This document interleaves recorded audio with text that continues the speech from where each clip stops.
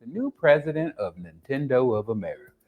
And I understand you've had some questions about our dynamic pricing when it comes to Switch 2 games.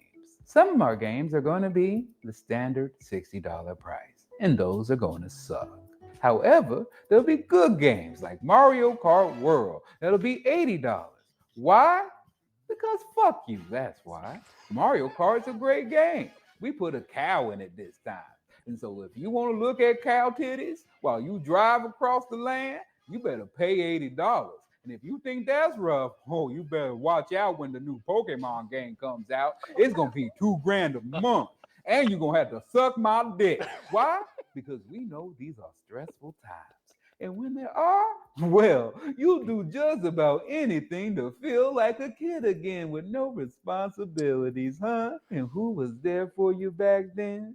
Mario, Toad, Luigi, I Princess spit out my Peach. cigar. And we're still here for you now, if you can afford it.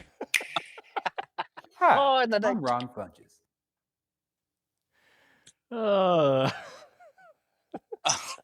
Oh my God. We should probably start the show.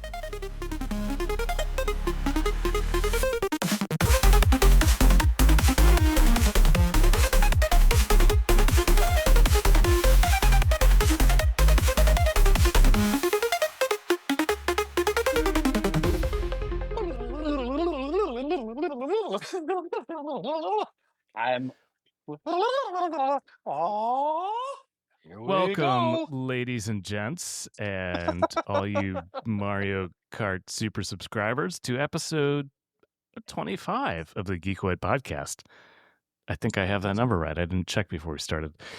25? Katie, are we at 25? Is this 25? You listened to the last one. Was that episode 24? 25 it is. All right, cool. We are your hosts, Jarrad, John, myself, Erik, Wesslen, where we try and bring you relevant information and news related to gaming and entertainment and just things we I think are we do a fun great to talk job, Erik. about. I think we do a great job. Our audience thinks we do a great job too. I mean, we haven't lost any subscribers in the last 2 months. I think we've gained some. I've heard Arizona is really excited about us. Oh yeah? Yes. I mean, I haven't seen it in the analytics, but I'll double check. Just call your friends.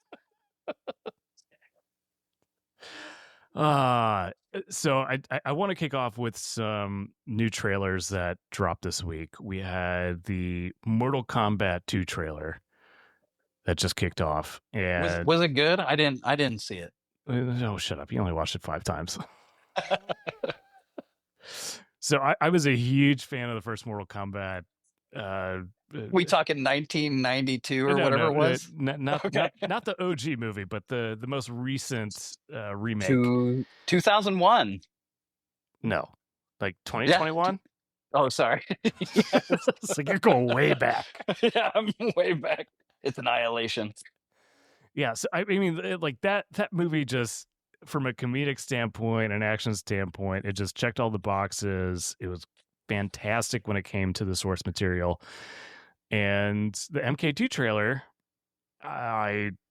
it felt good, but I think emphasis was on Johnny Cage. Whoa, say that again. What's that word? Emphasis. One more time. Emphasis. Ooh. So yeah, I think it was a little too heavy on the Johnny Cage, but you know, they're trying to introduce this new character, and I'm super stoked with Karl Urban playing Johnny Cage. I think he's going to do a fantastic job. The trailer looks great. I don't know. I'm not as psyched for this one as I was the first one. I think this is them. I think they're doing a cool job moving from the first movie right to the next one. At the end of the first movie, the character they made up, which was Scorpion's great grandkid, went to Hollywood to go get Johnny Cage. So I think, it looks like they're streaming right from the first to the second. So I'm excited about that. And I think Karl Urban dude, he's just so good. So, yeah, if you spent the money to have him and he's a good actor, make him a main character with Oh yeah, great, I great, great, have great no grandson and doubts everybody supporting him. that he's going to do a great job. That the movie's going to be fantastic. I wish they would have, I don't know, teased out some other elements. And maybe here's the thing. Maybe they're planning on a series of trailers where they Right. introduce Yep. new characters in each Get one. out of my head. I think they introduce a lot of characters, but I think you're right. Like a movie we might talk about here in a little bit, as they're throwing those trailers out, they're going to introduce more of the storyline. And so you'll start getting an idea of what the story is going to be for that movie. Yeah. Looks great. So speaking of said stories, I think you were hinting at Tron Aries, the new trailer that just What? dropped. That's Oh, man. so weird, man. I'm just Get reading out your of my mind head. left and right. What?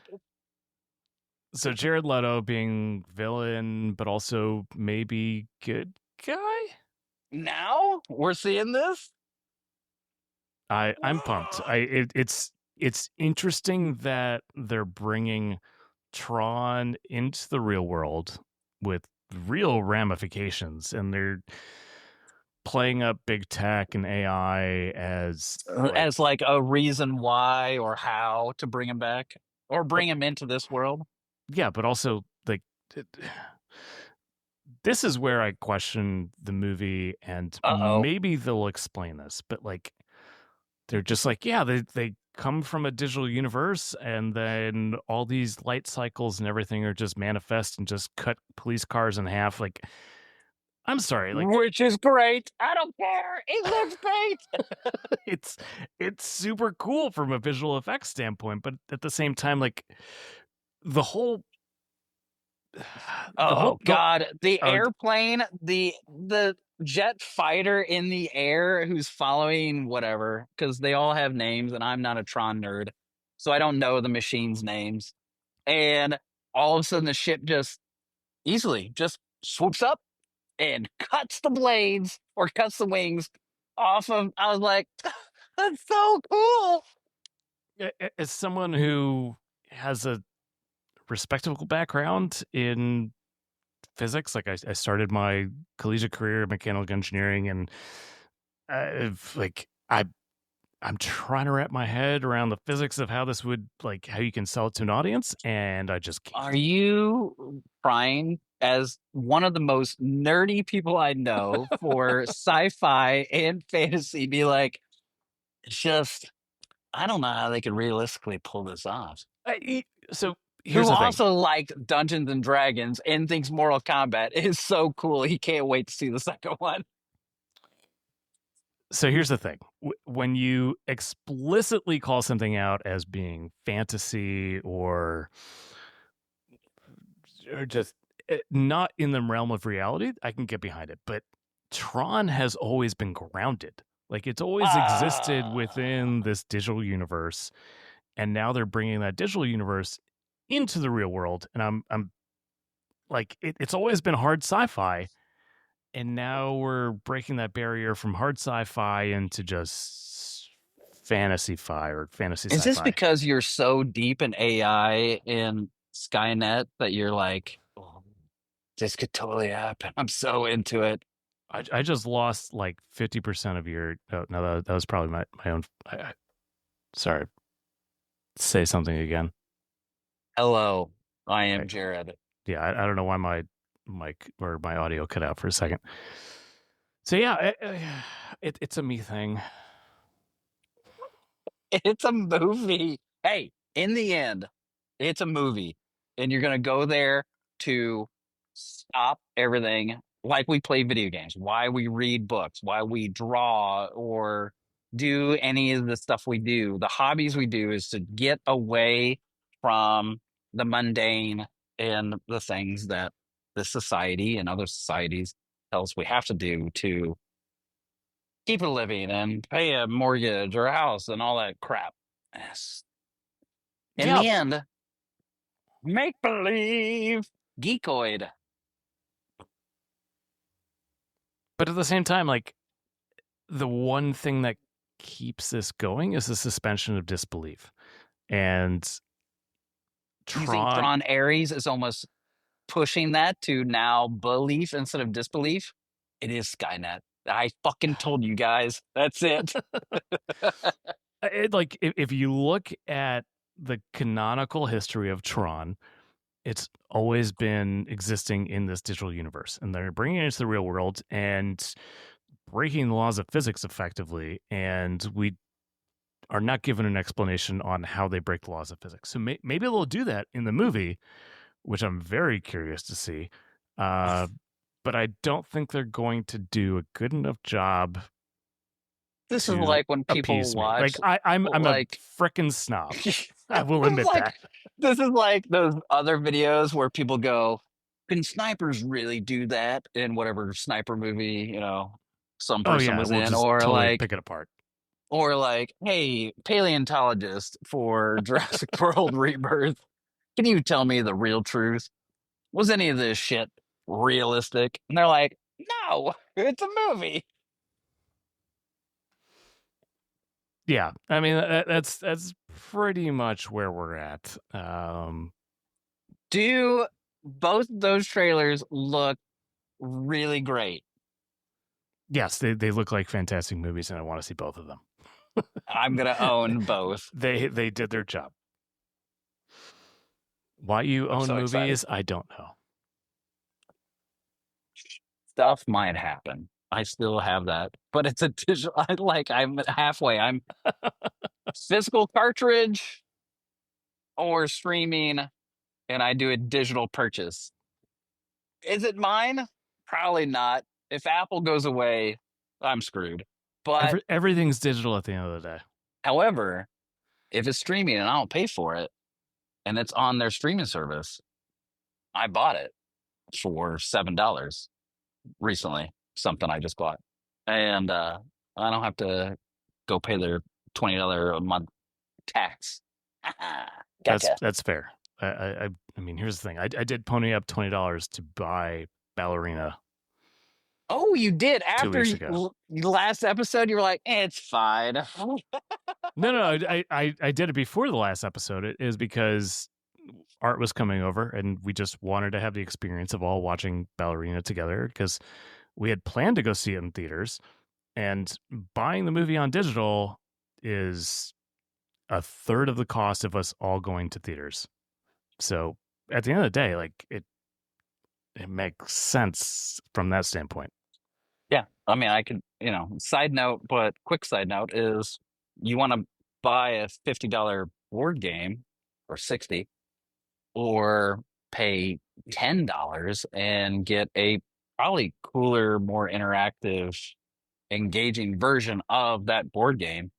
I will buy the $10 version, but also I don't have to set up and then tear down. It's on my iPad or iPhone. So yeah, very true.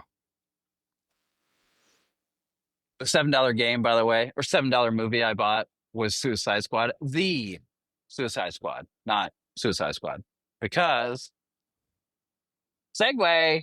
Thank you, James Gunn. Oh yeah, huge box office opening weekend and sustained through the second weekend. Superman has grossed $400 million worldwide. Wow. I haven't checked the numbers. The last time I saw it was 250, and I was like, wow, that's really great. No, 400. So yeah, I've been seeing a lot of outtakes, a lot of things that I haven't seen the movie in theaters. I want to. I really want to now at this point too. But it's been doing really well. And here's the thing. I honestly thought it was going to be a dud because of how... I thought it was going to be good. I didn't think it was going to be great. No. Quality of movie, I thought it was going to be fantastic because James Gunn, he's great. But I was worried that the DC brand had been so tarnished with all the mishmash and confusion over the last decade that it wasn't going to hit with audiences, but apparently people wanted to see Superman, and like this excites me, like not just from a movie entertainment level, but from like a zeitgeist America level. Like it sounds like people are excited that Superman is back. Yeah. Oh, wow, I never thought And of I it in just such a lost my deep audio. way. Well, I can hear you, I and if I can't can hear you. you,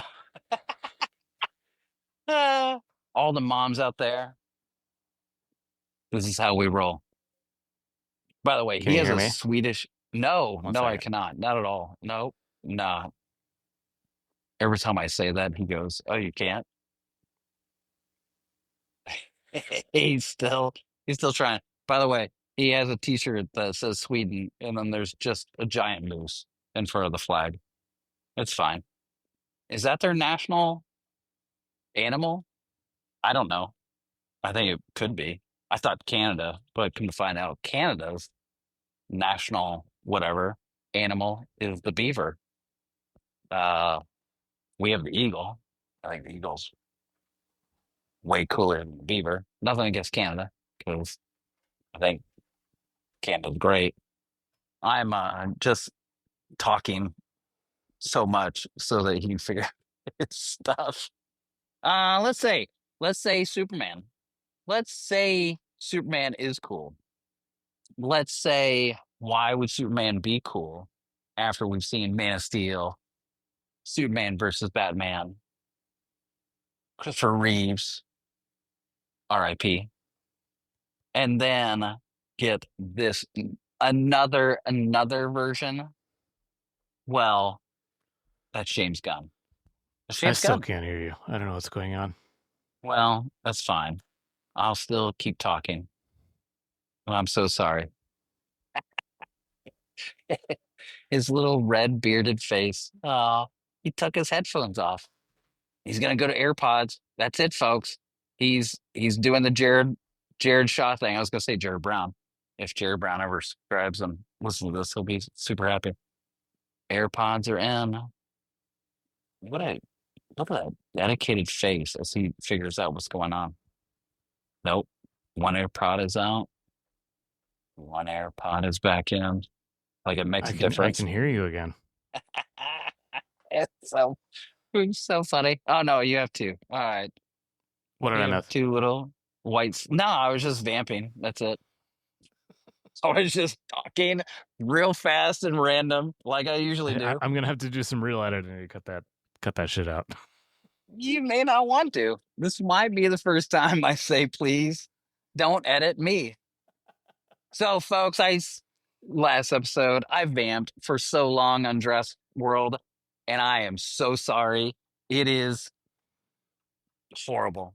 I'm sure you cut off that episode. I did, but I don't like listening to myself. So,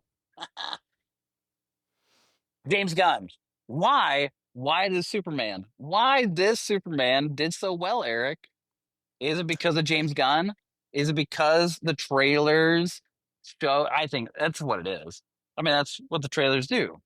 They show you clips that could be something cool.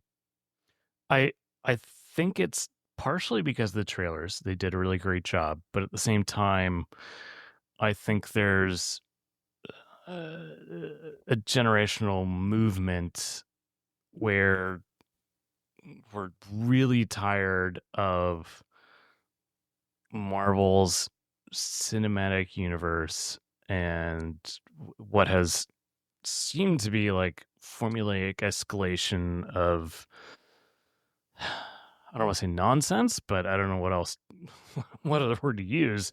Like the Superman that we're seeing is, it feels very grounded, very human, much a return to the roots of like the superhero genre. Mhm. And I think Marvel's done a good job with the Fantastic Four, which is coming out this upcoming weekend, and that looks like a return to those same roots. Like they basically hit the reboot button on like they're not following any of the existing scripts or anything from any of the MCU. Like they're like different universe, they're just doing their own thing. They're going to connect it at some point, but like they were given carte blanche to just reinvent the Fantastic Four in the way that they thought would be great for the Fantastic Four. And I think that's exactly what James Gunn did for Superman. So I think that between the two of them, like we're seeing a new refreshing renaissance when it comes to superhero movies. Yeah, I absolutely agree. I think, and we've talked about it in a couple of episodes where, Marvel Studios was looking at, or Disney was looking at all of it, and it was too much. And they finally realized, which is maybe one of the coolest things I've heard of a huge corporation doing, segmenting the Disney Plus and the TV shows, and then Feige, who was part of the movies, and like you just said, a reboot to right a ship, which is another phrase we use a lot of times. Right these two ships to do it right, because they saw that, which is really fascinating, that the audiences were negative or confused or neutral. And yeah, it's great. With DC, I think it goes a little bit further, that they wanted Gunn to be their Feige. Gunn threw out some interesting rules, and Warner Brothers said, yes, we'll see how that happens, because Warner Brothers has had repeatedly, unfortunately, ways of readjusting their ideas and some of their contracts. But for right now, they are putting Gunn in full control, not having a set where Marvel did originally, where it was like something has come out every month, every year, every so often. DC DC and Warner Brothers, here's me, start of space. Gunn starting to just make the content and make it right. And if this is Warner Brothers' first go with it, well, actually, I guess it would be the third, because you have Peacemaker, you have the cartoon creatures one that I haven't watched yet, and now you have Superman. This should give the investors for Warner Brothers, like, okay, yep, this is the, again, air quotes, the Feige for us, for the DCU, for the next whatever 10 years they have planned. But I think James has done a great job laying out his strategy, in that he doesn't want to have like a mold that all of the DC movies need to fit into, like in the same way that like the Marvel movies have had. Like you look at all the Marvel, like Marvel did a fantastic job, but that honestly, as an audience, we got worn out. It's like, how many times do I got to go see a Marvel movie? And it's just the same type of action, the same type of fighting and combat, and like similar stories. Like, I think really they're reinventing things with what they're doing with Superman and what he's been talking about with Clayface. Like, he's like, it's going to be a full-on horror movie. And like that is radically different than what Marvel has been doing. And I think in this day and age, James Gunn is doing a fantastic job. I mean, time will tell, but it's been great. So if you look at James Gunn's, I'm gonna say James because guns, Yeah, it's you like know whatever. who we're talking about. So if you look at his discography, his whatever, his discography, like it's a fucking album, but whatever, his work, he was a screenwriter first and then a director second. And a lot of his stuff has been, I'll be honest, folks, like all over the place. He is a creative first, and how to create different types of genres, whether it be horror, comedy, action, fantasy, and then into MCU and DCU, I almost put them into another echelon of like, I really actually think, I think there's another echelon at this point in time, last 15 years of high fantasy. And I know high fantasy is Lord of the Rings and shit, but you know what I'm saying? Yeah. So he has the pedigree. It's a weird word to use, but he has a pedigree to shift and be malleable and to look at each situation. Also, James is really good at, like Kevin, he's read comics or he's talked to even the artists and the writers who wrote those comics to really get a sense of each of these things. You know, for Marvel, a big one is to do a Swamp Thing, and there's a huge push to do that because there's a whole fantasy and horror and godly and deity type thing. That's a side note. He's in that same realm of looking at something that's so unique and so cool, and how can we, this is so it it is so unique and it is Oh so yeah. cool, how can we put this on film?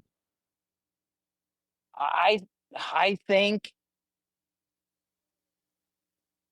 Warner Brothers might have done one of the best things in their lives since the Universal monsters of the 1930s to keep them alive by getting James to do this. And you have someone who is going to take the time as a screenwriter, as a director, as an editor to look at each of these pieces and do them their real Justice League. Well, I mean, here's the thing that I think James has that's different from Kevin is that Kevin is managing an entire universe, whereas James is starting from scratch. Like Kevin, like there's dozens of movies in production, dozens of shows, and James is just like, you know what? We're going to start with Superman. We've got 1, 2, 3, 4 other movies. They might have 1 or 2 shows, but like it's a much more manageable stable in terms of the entire DC cinematic universe that they're creating. And just like it's and here's the thing, like that's how Marvel started, and then it was successful and it blew out of control. And so I'm wondering if they're going to have the same problem. Like DC is now going to be really successful, especially with how much Superman is blown up. Like just boom, like they're like So I Warner think Brothers it's gonna be, and everybody is just going to want more. After, was it Avid did Iron Man the first few of the start of the MCU before Kevin took over. I think this is gonna be if they really let James take control and they allow it, within investors and constraints and money and time and whatever they're hoping for every year and every quarter. But they have a roadmap that Disney and Marvel did. And so I think you really nailed it. Here's what they did. Now, they had a fumble. They separated. They're coming back really quick with Fantastic Four, which you also said. But I think it's more of a yes and. They have a great roadmap, and I think with James and his early success is almost like this was their like probationary period. Like, well, if you can make Peacemaker, and if you can do that's not Creature Comforts, whatever the cartoon version where it was all like Dracula and Frankenstein and shit. Sorry, like not that like I poo poo on it is, and I'm not poo poo on anime or video games, but it was very weird, and so I haven't watched it yet. I should, as a geekoid, person. I should watch it. You should. Oh, have you watched it? No, but you should. Okay, good. Fuck you. So I think they seen what's worked and what hasn't worked. And so now finally, God, 15 years later, they have the right person to then replicate, but you don't create a new wheel. The wheel was invented a long time ago. Oh yeah. Make it the best version for you. And let it roll. And I think they're doing it right now. And I think the next 5 years are going to be great. And then we'll see what happens after the next 5 years. 100%. Like it's time will tell, but I think Warner Brothers, Discovery, whatever they're called as a corporation, did a great job investing in bringing James Gunn over and saying, we're going to give you the reins. Just go with it. And it probably at some point will come to a head where creative individuals at the helms of these great corporations will disagree, but hopefully James gets his way. That's my take. I think even in the final part, I just saw a week ago, you still have the Batman with Pattinson, Robert, and they're going to do a second one. And whoever, Matt Reeves, is, I think, the screenwriter for that one. I heard that got canned. No, it is not. What? It is not canned. It finally got the script got finalized, and James said, but it was a push. James kept saying like, it's gonna happen, but it was him saying like, it's okay. And it's gonna happen. There's a second movie, but I want to see it, but I don't know how it fits into the universe. But I guess we'll find out. It's not. It's not. And so that's okay. That's where like I think you and I are saying like they muddled things up and they were just trying things all over the place. And now you have James, and then you have investors, and you have money. Penguin did really well. Do you want to have that closed? Absolutely not. So James is doing, which, okay, as I think this, like it might be Feige, where it's like, oh, it's TV show and movie and da-da-da. But at least this, whatever this is, could be separate, and he could end it. Here's an interesting concept. And I feel, this is my speculation, this is going to be short term as he grows this. So Superman did great. Yeah. No, like Superman has done so well that he's basically been given free rein to do whatever he wants. That's my understanding of the current market. But at the same time, yep. I think there's an interesting dichotomy that begins to emerge when you have such a popular IP, Mm. DC, Batman, blah, blah, blah, blah, blah. And there's so many ways to interpret it. Like, there's so many permutations of Batman, so many permutations of Joker, and all these different characters. Like, could you split it in half and have two separate cinematic universes that exist side by You can. side? I mean, that's what they've done in the comic books because they've been around since 1930 or 40. So, like, yeah, they do it in comic books, even- but like the market for comic books is not nearly as huge as it is for cinema. And I think it's the same idea, though. You create but a you character, have- and like, you how have- do you here's how the do you thing. like do it even in the You're only cinematic going to go universe? see one Batman movie. You're not going to go see both. Like it is, you have competing audiences. Yeah, and one's And- gonna like one over the other. Yeah, but still, like the franchise, like we're in a really weird place now.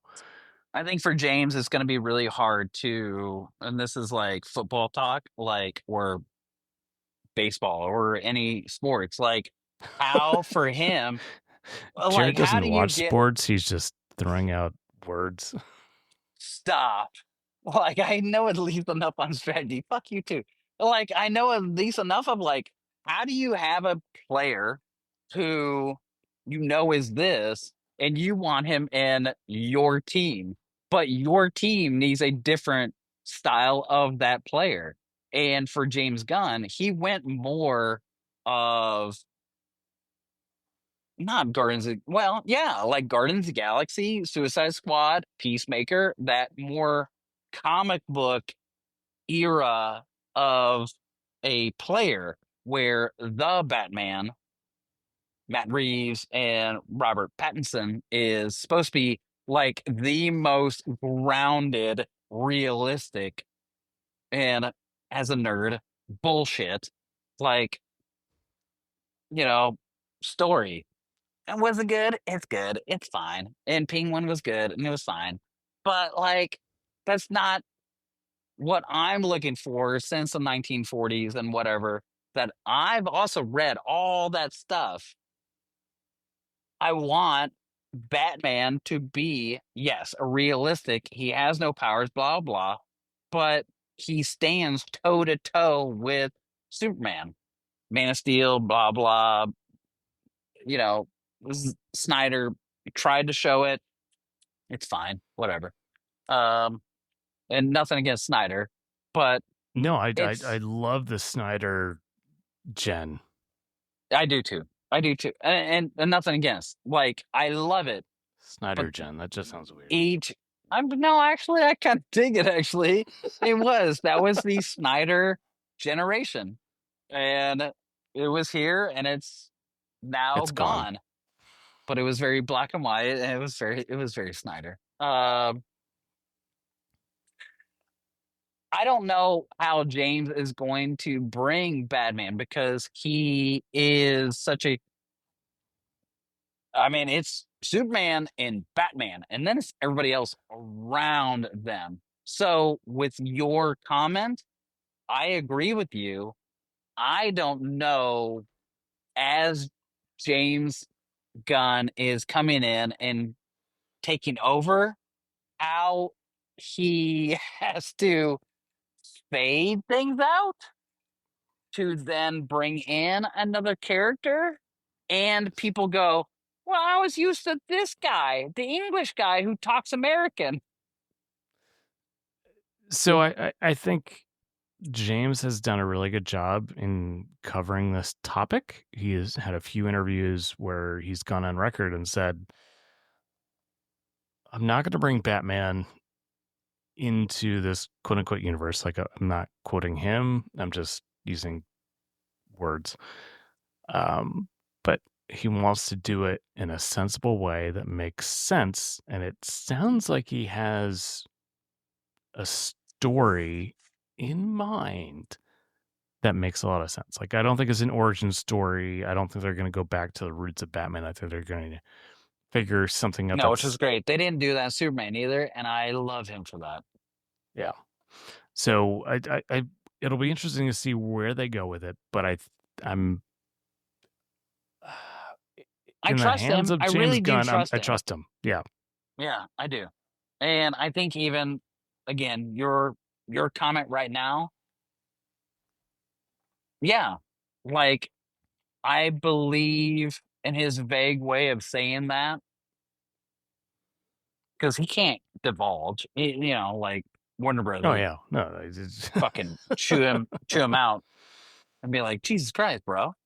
But yeah, like, I don't think anybody who listens to this podcast needs to be afraid that when James Gunn does introduce Batman into this new generation on DCU, they need to be nervous. It will be really good. And as we just said, he has the wide breadth of different types of genres that a lot of people don't know about because he was a screenwriter first, of how to introduce characters in different scenarios and into different types of movie genres, horror, detective, and action and comedy. So, like, right now I have no fears, and I'm just really excited.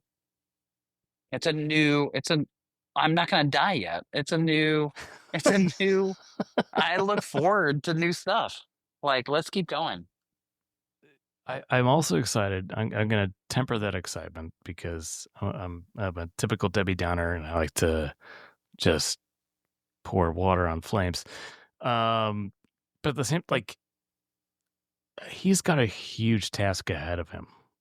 Like, we've talked about how he's unbridled from having a template for all these different movies, but eventually they're going to have to come together in some sort of culmination, like the Avengers did, and in the DC universe, it's the Justice League. Like, how do you have all these different heroes if they're having drastically different movies? Like, how do you temper that and come together? Like, it's a I think difficult that's cinematic challenge.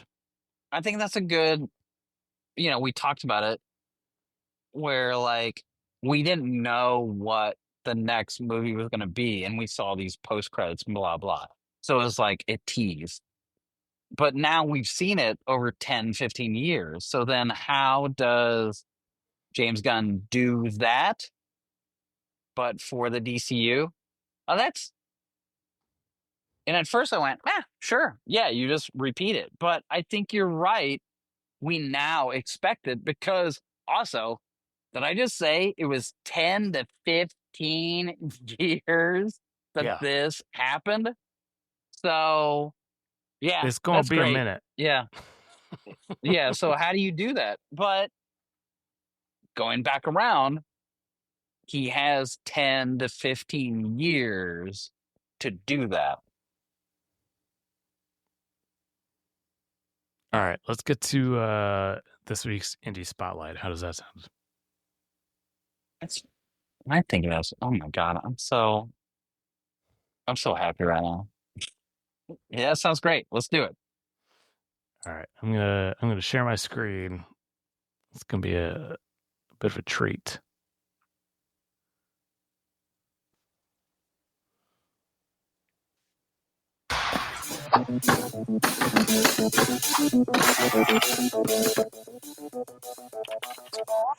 It's a basketball game, but also a concert. It's a nightclub.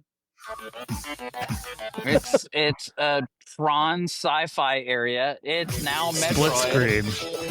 Oh my God! It's now multiplayer. Split screen Metroidvania. My God! It's green and yellow and pink and blue and every pretty color, and Now And they're there's just fishing. Now they're fishing. And Why? basketball. And then they're basketball play. Why are you showing this? What is this? What is this crap? Who are you? Now it's Pokemon cards, but they just flashed that. Who are you? Oh, I do like the dead mouse. Dead mouse. This is your smiley brain. face. This is your brain on drugs. So that is Neon Abyss 2, which How did you holy find moly. this? I mean, Why clearly did it's a you find sequel. this? Yeah. Yeah. I wanted to Did change you it play up the from first one? No, I didn't, but I wanted to change it up from our traditional cozy games because the non-existent feedback that I got was that we were too focused on Nobody ASMR and things that just would calm me Nobody down. wants And Minecraft. Yeah. So I figured like let's go something a little up tempo. but this does look like a lot of fun. I like the split screen aspect. Like that's something that we could get together and play, and just like split screen is something that I feel has been lost on a we lot could do of that. I mean, generations. if we Yeah, wanted to, you and like- me, yeah, I get that. But like, but we when it could goes show back, to other people. like split screen was amazing pre-internet. Like you and I were there pre-internet. Every time I ask you, what was that game we played in your house in Lafayette? It was a top-down shooter. Oh, I remember that. It was amazing. you And do? I'm working on something that not necessarily emulates that, but the twin joystick shooter top down. It's a solid genre, and it's a lot of fun when you're side by side with somebody. What was that game? What was the game? Do you remember the I game? don't know the name of it. Next episode, or I'm going to ask you after we close. You have to Google this. You like because I'm we've Googling talked it about it. I think now. 4 times now, and everybody's like, "The few people are like, what are you talking about?" So Is they it can. PS4 or PS5 or PS3? Oh god, it was so long ago. Before you it was grad school 2011, 2012. God, my kid is still crying. That kid is the cutest, folks. My God, that kid is so cute. My God, that kid is so cute. Well, it was so great. I loved it. So, side note, as he's exploring, I'll vamp. So, no, you have to keep exploring. Don't like stop. I know you were so excited to hear the story. I don't need you to hear the story. You've heard it. You need to search. I will don't tell know the I can audience, find it. like Mother Goose. So, I have talked to this kid only through FaceTime. And this Stellan kid, whatever, he's all right, I guess. No, he's great. And he loves, I just repeat what he's doing. Like, folks, it's not hard. And he digs it, and then his screen and whatever. He saw me for the first time for his like development. He's seen me twice, but we don't count the infant years. He saw me for the first time, and he was shell-shocked like you go see at, like, a Comic-Con or, like, some Hollywood event, and you're like I'm naming this. I think I found it. As I found out in New York, I was like, "Is that Alec Baldwin?" And all of a sudden, Alec Baldwin, like, turns as he's drinking an old-fashioned, and I go, "Oh, shit, Alec Baldwin just heard me. I need to say something." The kid did the same thing. You ready? Next Dev. Yeah. I think Let's this do is it. After another.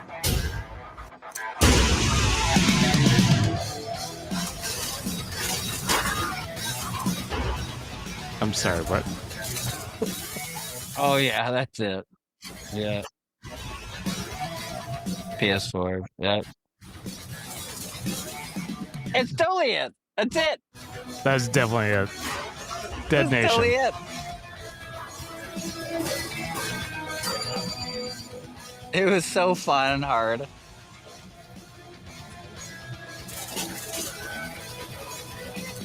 Oh, by yourself. That's so sad. Oh, I'd never, ever want to do this game by myself.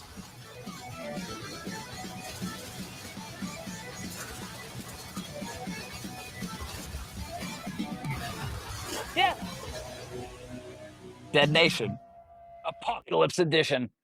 Now.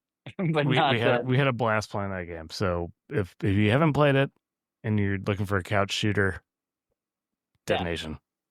Yeah, just two people just roaming, like top down. Yeah. Like weird, like Contra-esque. Yeah, it's so great. It's my favorite. It's my favorite style. I All think right. there's a game on iPad and iPhone called Marshall something. If you even do Marshall in iOS, you'll pull it up, and it has a similar vibe. They went a little bit more like rogue, like stealth, and it's fine if you dig any of that stealth and whatever. But meh, in the end, just But meh. bleep yourself out. Yeah, just show up and just shoot her, buddy. All right. Did I don't one more for the iOS fans. Listen, I love you. It's 58 minutes, 23 seconds and counting. The iPad. kid has stopped screaming. So I've got 10 seconds. Forgotten Island, I think. Forbidden Island. Nope, Forbidden Island. Forbidden Island, it's only on iPad, maybe on other Android tablets. I'm so sorry. But iOS sheep. Forbidden Island, and it is a 2-player game that literally you put on the table with your tablet, your iPad Pro, blah blah blah. And you play the game like it would be if it was set up with tiles and whatever, and you are trying to get out of an area before all these tiles flip and allegedly I like that I said that. They sink into the ocean. allegedly. Allegedly. No, they totally sink into the ocean. It's a great game, and if you've ever thought about getting a $20 game at Target in a little tin can, which is beautiful and it's gorgeous, the iOS version is just as pretty, and it gives you more ways to set up the game. But on an 11-inch or 13-inch screen, it gives you all that plus more for 2 to 4 players. And you could just put the screen on the table and everybody understands what's going on. It's beautiful. It's so well developed. It's one of the best board game adaptations ever. And it actually came out 5 to maybe no 5 probably 5 years ago. It's really good, and they still to this day still update it to even update to resolution and screen and stuff. So it's a great game. It's also, even though that's a $20 game, I think the iOS is only like $7. So There you have it, folks. it's a great buy. Yeah, it's really great. Great buy. Yeah. And on that note, we're going to sign off, and I'm going to go make some pizza. And help your wife with your kid. Ting. Chink. So thank you Cheers. for tuning in. Subscribe on Twitter X and Instagram and Facebook and YouTube. I think we have a YouTube channel. There's no videos yet, Oh, but I hope so. we'll get there. We can do audio. Right? No, I mean, like we're definitely on YouTube audio podcast, whatever that is. Yeah. Spotify, Apple Podcasts. We're on all the things. Is iHeart still a thing? We're not on iHeart, but I haven't figured that one out yet. Is it I got razzed. One of my friends was like, I tried to find you, and I was like, what were you doing on? Like, she's like, iHeartRadio. I'm like, oh, really? Oh, yeah. Like, okay. I'm sorry. I haven't looked into it. I didn't realize that iHeartRadio is just still bunch a of thing. bitches.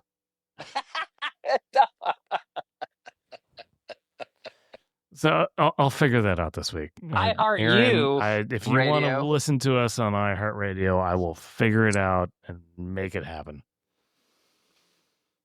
But between now and then, thank you for tuning in to the Geeqoid Podcast, where Jarrad and myself, Erik, bring you stuff.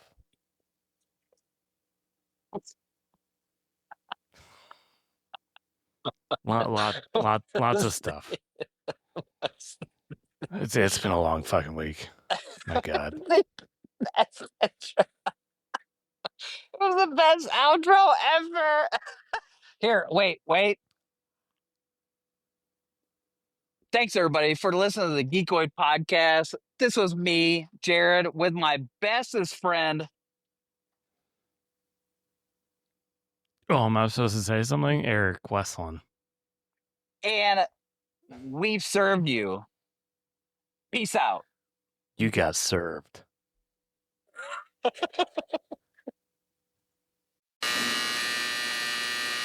End of transmission.